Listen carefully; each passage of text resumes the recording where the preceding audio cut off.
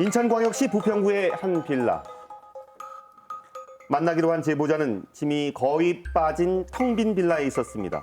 처음엔 마음에 들었지만 지금은 애물단지라는 이 빌라. 전세금을 돌려받기 위해서 약 반년 정도부터 집주인이랑 연락을 했거든요. 근데 만기 한 달 전까지도 연락이 안 돼서 그래서 내용 증명을 보내려던 찰나 이 집에 대한 조사를 좀 했더니 가압류도 걸려 있고 집주인 또한 유령 상태인 유령이요? 것을 알게 되었죠. 계약 당시 아무런 하자 없는 집주인과 계약을 하게 된 세입자. 하지만 계약 이후 김 씨는 집주인이 갑자기 바뀐 것을 알게 됐습니다.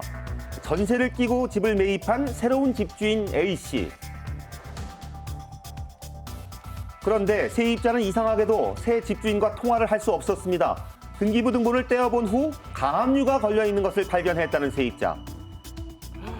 그를 충격에 빠뜨린 건 무려 52억여 원이라는 금액이었습니다. 5억도 아니고 50억이라는 돈이 이 집에 가압류가 걸려져 있는데 눈앞이 깜깜하더라고요. 막 허그에 전화도 해서 물어보고 막 세무서에도 전화해서 물어보고 여기저기 전화를 해서 물어보는데 아무것도 알 수가 없이 그냥 당하는 거죠. 영문도 모른 채 하루아침에 가압류된 집에 살게 된 세입자. 만기일이 지난 빌라엔 차마 빼지 못한 가전만 남았습니다. 돈을 받아야 현재 되죠. 아내의 출산을 앞두고 있는 세입자는 전세 보증금을 받지 못해 반지하에서 생활하고 있는데요. 아유, 이거 어떡합니까? 전화가 안 되니까 문자로 제가 처한 상황이 이러하니 제발 전세금을 돌려주세요. 차마 욕도 할 수 없고 험한 말도 할 수 없겠더라고요. 제가 그래버리면 그 사람이 기분 나빠져서 더 안 주고 더 미루고 아예 모르는 척 해버리면 저희 같은 임차인 입장에서는 받을 수가 없거든요. 2년 전 입주했을 당시만 해도 아무런 문제 없는 전셋집이었는데 지난해 12월 가압류된 사실을 알게 된 세입자 김 씨. 평생 모은 전 재산을 잃을 위기에 처했습니다.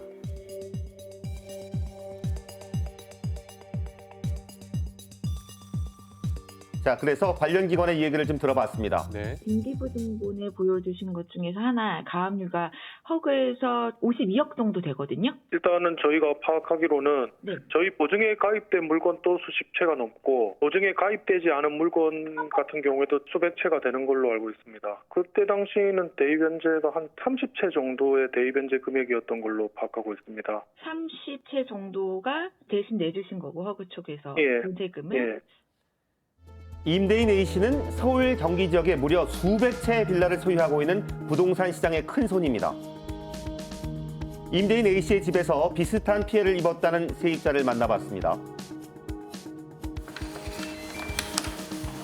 입주한 지 2달 만에 집주인이 A 씨로 갑자기 변경됐다는 세입자. 집주인이 바뀐다 하면서 저한테 임차 승계서를 갖다가 들고 왔었거든요. 그녀 역시 전세 보증금을 받지 못할 위기에 처해 있다고 합니다. 임대인 A 씨의 슬금 체납으로 세무서에서 압류한 사실을 발견한 세입자. 살얼음판을 걷는 듯 하루하루가 불안하기만 합니다. 승계 확인서에 보면은 새로운 집주인에 대한 이름이 있잖아요. 그래서 그 이름을 갖다가 한번 쳐봤어요. 쳐봤더니 전세 사기범이라는 식으로 해서 올려놨더라고요. 블로그 포스트를. 임대인 A 씨에게 피해를 입은 세입자들은 믿기지 않을 정도로 그 수가 많았습니다.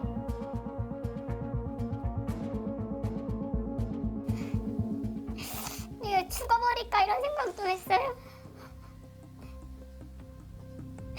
제가 대출금 갚는다 쳐도 얼마나 몇 년 동안이나 갚아야 될지도 모르고 제가 빚지지 않았는데 왜 그 사기범들의 빚을 갚아야 될지도 모르겠어요. 제 빚이 아니잖아요. 제작진은 임대인 A 씨에게 전세 보증금을 받지 못했거나 받지 못할 위기에 처했다는 이 다수의 세입자들을 만날 수 있었습니다. 이미 많은 세입자들이 서로 피해 사실을 공유하고 있었습니다. 정말 그러니까 생업도 해야 되는데 일도 손에 안 잡히고 만약에 돈도 제대로 못 받고 이렇게 끝나게 되면 제가 신용불량자가 될 수도 있는 거고. 저희는 결국 애거라고 호소할 수밖에 없는 거죠. 집주인한테요. 임대인 A 씨로부터 수백 채의 부동산을 인수했다는 또 다른 임대인 B 씨. 임대인 B 씨가 대표로 있는 회사 사무실을 찾아가 봤습니다.